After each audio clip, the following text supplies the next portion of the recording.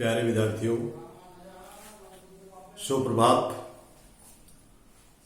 आज की 12वीं क्लास की इकोनॉमिक्स की कक्षा में आप सभी छात्रों का हार्दिक अभिनंदन है। और जैसा कि आप सभी को पता है कि हम पिछले 2 दिन से मांग के सिद्धांत नामक चैप्टर का अध्ययन कर रहे हैं और ये चैप्टर हमारा थोड़ा लंबा है, इसके कई टॉपिकों में होगा, लेकिन ये हमारा महत्वपूर्ण चैप्टर भी, जैसा कि मैंने पहले बताया था आपको, तो इसको बड़े ध्यान से करना है। और चैप्टर के अंतर्गत जो आज हम टॉपिक कर रहे हैं वो है हमारा मांग का नियम। जैसे कि छात्रों पहले भी बता चुका हूं कि सारा का सारा काम एक सिस्टमेटिक ढंग से हो, एकाग्रता से हो, रेगुलर हो। यदि आप इन 3 चीजों को अपना लेते हैं तो कोई बड़ी बात नहीं है, क्योंकि असंभव शब्द को अंग्रेजी में इम्पॉसिबल कहते हैं। क्या कहते हैं? इम्पॉसिबल।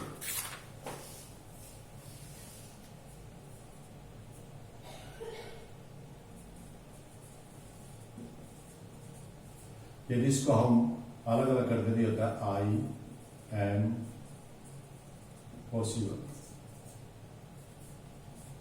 इसका मतलब असंभव, और इसका मतलब क्या है? मैं संभव हूं।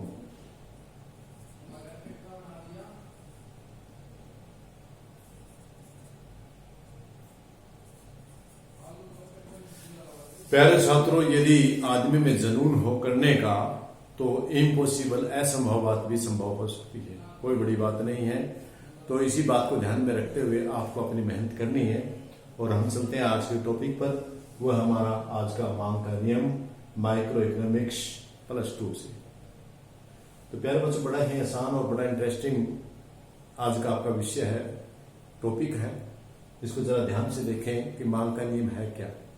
जब हम कल पुस्तक हम बातें कर रहे थे कि मांग की बात हो रही थी, मांग क्या है, हमने पूरी डिटेल से बताया, किस किस से प्रभावित होते हैं वो भी बताया। आज हम बता रहे हैं मांग का नियम है क्या। तो मांग का नियम है अन्य बातें समान रहने पर किसी वस्तु की, कोई भी वस्तु हो सकती है, अन्य बातें समान रहने पर, इन पर मैं बात में चर्चा करूंगा ये अन्य बातें कौन सी होती हैं। अन्य बातें समान रहने पर किसी वस्तु की अपनी वस्तु की खुद की कीमत बढ़ने पर उसी वस्तु की जिसकी कीमत बढ़ी है मांग कम हो जाती है, तथा अपनी कीमत घटने पर वस्तु खुद ही उसी वस्तु की कीमत घट जाती है तो उसकी मांग बढ़ जाती है। बड़ी सीधी सी बात है, कीमत बढ़ी मांग घटी, कीमत घटी मांग बढ़ी, यानी अपोजिट संबंध है इनका, ऋणात्मक संबंध है इनका। एक के बढ़ने पर दूसरी चीजें घटती है। तो उसको हम, मार्शल ने भी एक बड़ी सुंदर सी परिभाषा दी है बच्चों।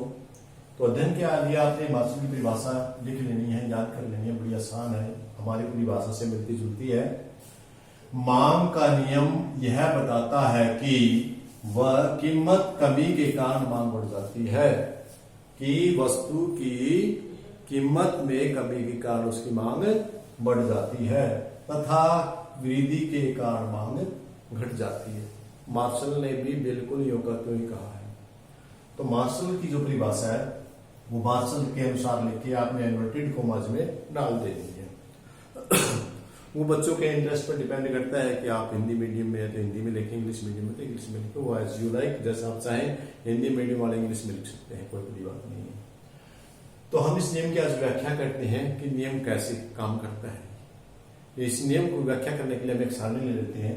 जैसे कि मैंने यह एक तालिका बनाई हुई है और तालिका में लिखा है कीमत, कोई एक्स वस्तु है, हमारे पास एक्स वस्तु है, कोई वस्तु है मान लिया, उसकी यदि 10 रुपए कीमत है तो उसकी हम मांग करते हैं, मान लिया 100 इकाइयों की मांग कर लेते हैं।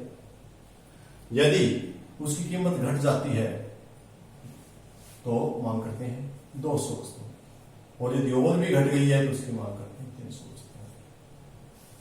आपका इस नियम में एक तो सिद्ध हो गया कि एक्स वस्तु की कीमत जो जो घटती गई उसकी क्वांटिटी बढ़ती गई, उसकी मात्रा बढ़ती गई। अब दूसरी बात, यदि हम नीचे से ऊपर की तरफ जाएं, उसकी मान लें हम कीमत 4 है और 4 पे 300 की मात्रा, इकाई की मात्रा वो डिमांड करता है, और 4 से कीमत बढ़ जाती है, 8 होते हैं, वो घटा देता है, अपनी मांग को 200 हो जाती है। और यदि और भी कीमत बढ़ जाती है, 10 हो जाती है, तो और भी क्वांटिटी घटा देता है, 100 हो जाती है। तो आज का जो हमारा नियम है वो यही कहता है कि यदि कीमत वस्तु की घटेगी तो मांग बढ़ेगी, और मांग बढ़ेगी तो कीमत घटेगी। मेरे ख्याल समझ में आया आपको बच्चों। तो प्यारे विद्यार्थी, हम इसको एक रेखा चित्र के इस डायग्राम के हिसाब से समझते हैं। रेखा चित्र से देखिए आप, यदि उसकी 10 कीमत है वस्तु की, हमारी प्राइस है, ये हमारी क्वांटिटी है, क्वांटिटी उसकी 10 कीमत है तो मात्रा कितनी मांग कर रहा है वो 100। यदि उसकी कीमत है 8 है तो मांग कितनी कर रहा है वो 200। यदि उसकी 4 है तो मांग कितनी कर रहा है वो 300। ये इसको आप मिलाएंगे बिंदुओं को तो ये आपका बढ़ेगा डीडी होकर, डिमांड होकर, इसको कहेंगे डिमांड होकर। जो हमारा आज नियम था वो ये कहता है कि कीमत, इस रेखा चित्र से आपको समझ में आ रहा है, जो जो हमारी कीमत गिरती गई हमारी क्वांटिटी बढ़ती गई उसी वस्तु की, और यदि हम इधर से नीचे से जाए, जो हमारी कीमत बढ़ती गई, कीमत बढ़ती गई है, क्वांटिटी जैसे 4 था, 4 पे 300 है, 8 हुआ तो 200 हो गया, 10 हुआ तो 100 हो गया। यानी उपभोक्ता ने जो ही कीमत बढ़ी अपनी क्वांटिटी घटानी शुरू कर दी, और जो कीमत बढ़ी क्वांटिटी बढ़ानी शुरू कर दी। कब? जब अन्य बातें समान हो। क्योंकि ये नियम कुछ मान्यताओं पर डिपेंड है, कुछ मान्यताएं मान करके चलता है। पहले भी हम कह चुके हैं कि इकोनॉमिक्स है वो आदर्शात्मक विज्ञान है, प्राकृतिक विज्ञान नहीं है। तो यहाँ कुछ नियमों को मानकर हम उसकी व्याख्या कर सकते हैं। तो इसकी व्याख्या करने के लिए हमने कुछ अन्य बातें मानी है, जैसे मैंने पहले भी आपको बताया था कि अन्य बातें, वे अन्य बातें कौन सी हैं उनके ऊपर चर्चा करते हैं। ये समझ में आ गया आपको? मेरे ख्याल में आ गया सभी को? हाँ, ठीक है। किसी का कोई क्वेश्चन नहीं? तो देखिए, पहला, आय में कोई परिवर्तन नहीं। सबसे पहली मान्यता तो इसी बात पर डिपेंड करती है कि उसकी आय में कोई परिवर्तन नहीं होना चाहिए। जो भोक्ता है, जो वस्तु को खरीद रहा है, उसकी जिस समय वस्तु खरीद रहा है उसकी वो आय में परिवर्तन नहीं होना चाहिए। जिसकी आय में परिवर्तन है तो कीमत को इतना महत्व नहीं देगा। मान लिया किसी भोक्ता कोई वस्तु 5 रुपए किलो आलू खरीद रहा है और उसकी आय 500 रुपए है, और उसकी आय एकदम से 1 लाख रुपया हो गई, तो 5 रुपए की कीमत को कोई मायने नहीं रखेगा। वो उसके 5 से 10 होने पर भी ले लेगा वो वस्तु। क्यों? क्योंकि जैसे कि मान लिया वो 5 रुपए की कीमत पर 5 किलो आलू कर रहा है, कब? 100 रुपए आय है उसकी, यह आय उसकी लाख में हो जाती है, तो उसके लिए वही 5 किलो की मात्रा के लिए वो 10 रुपए भी दे देगा, कोई मायने नहीं रहेगा उसका, उसके लिए 5-10 रुपए किलो भी यदि उसकी आय बढ़ जाती है। तो इस प्रकार ये मान्यता मान के चलने की कोई उसकी आय में परिवर्तन नहीं है। दूसरा, रुचि के अनुसार, यदि उपभोक्ता है, उसकी रुचि है, आदत है, प्राथमिकता है, उसमें कोई परिवर्तन नहीं होना चाहिए। जैसे कि पहले उसकी रुचि बहुत ज्यादा है चाय पीने की, इंटरेस्ट है उसका, लेकिन और उसमें वो चाय खरीदता है जिस रेट पे खरीद रहा है, और उसकी रुचि में परिवर्तन हो गया तो चाय की कितनी कीमत गिर जाए फिर वो ज्यादा मांग नहीं करेगा, क्योंकि उसकी रुचि नहीं रही उस चीज को खरीदने की। इससे अगला पॉइंट जो आपका, संबंधित वस्तुओं की कीमत में परिवर्तन नहीं होना चाहिए।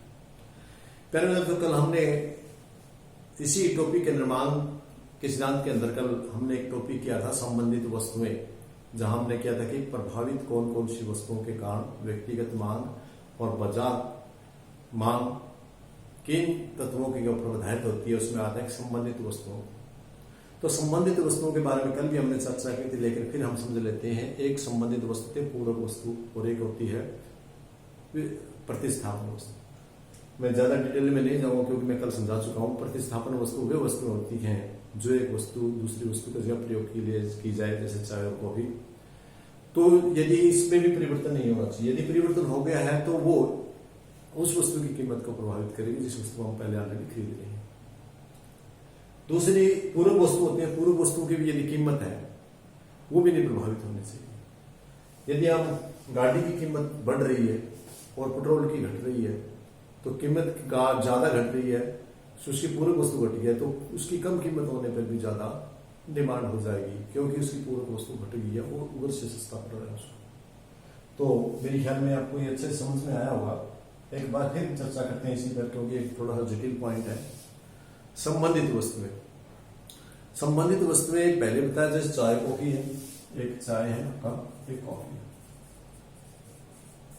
इन दोनों वस्तुओं में, ये कॉफी है, इसकी मांग करता है वो, इसकी कीमत बढ़ जाती है तो इसकी मांग वो ज्यादा करेगा, और यदि इसकी मांग भी साथ में बढ़ रही है तो इसकी कीमत की मांग साथ में परिवर्तन नहीं हो। तो मैकेनिक कुल मिला के छात्रों, ये जब इन दोनों वस्तुओं में चाहे वो पूरक हो, पूरक जैसे कि आपकी था कार और पेट्रोल,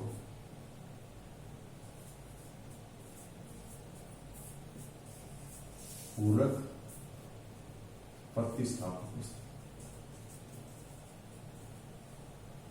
इन दोनों प्रकार की वस्तुओं में कोई परिवर्तन, इन वस्तुओं की कीमत की जब हम तुलना कर रहे हैं तो इसमें भी कोई परिवर्तन नहीं होना चाहिए, और इसकी कर रहे हैं तो इसमें भी कोई परिवर्तन नहीं होना चाहिए। ये मान्यताएं मान के हम चलते हैं। अगला, भविष्य में कीमत परिवर्तन की संभावना नहीं होनी चाहिए, कि ये नहीं होना चाहिए कि हम जब इस नियम का अध्ययन करें कि भविष्य में कीमतें बढ़ने की संभावना हो, क्योंकि जब ये कीमतें जैसे 4 रुपए पर 300 की कर रहा है और फिर उसे लगे कि ये तो बहुत ज्यादा कीमत बढ़ेगी, फिर भी वो उतनी ही मांग कर सकता है, मांग नहीं घटेगी, क्योंकि उसे ये लगता है कि आने वाले समय में जो अब कीमत थोड़ी सी बढ़ी है, आने वाले समय में वो और ज्यादा बढ़ जाएगी, इसलिए वो जितनी क्वांटिटी पहले ले रहा है उससे ज्यादा लेगा या उतनी ही ले लेगा। इसका रीजन यही है कि उसे यह लगता है कि आने वाले भविष्य में इसकी वस्तु की कीमत और ज्यादा होने वाली है। तो ये कुछ आसान से टॉपिक थे और आज का इजी सा टॉपिक था। इसके साथ में छोटे छोटे टॉपिक मैं कराना चाहूंगा ताकि आप हर रोज रेगुलरिटी करते रहें, ज्यादा नहीं कराना चाहूंगा। तो कल हम करेंगे जो मांग वक्र और ऋणात्मक क्यों है उस पर चर्चा करेंगे। वो थोड़ा सा स्पेशल बहुत बढ़िया क्वेश्चन है, उस क्वेश्चन के लिए हम स्पेशल एक वीडियो बनाएंगे, तो उस वीडियो को कल आप हर हाल में वो वीडियो देखना। तब तक के लिए आपको बाय, कल फिर मिलते हैं। Thank you.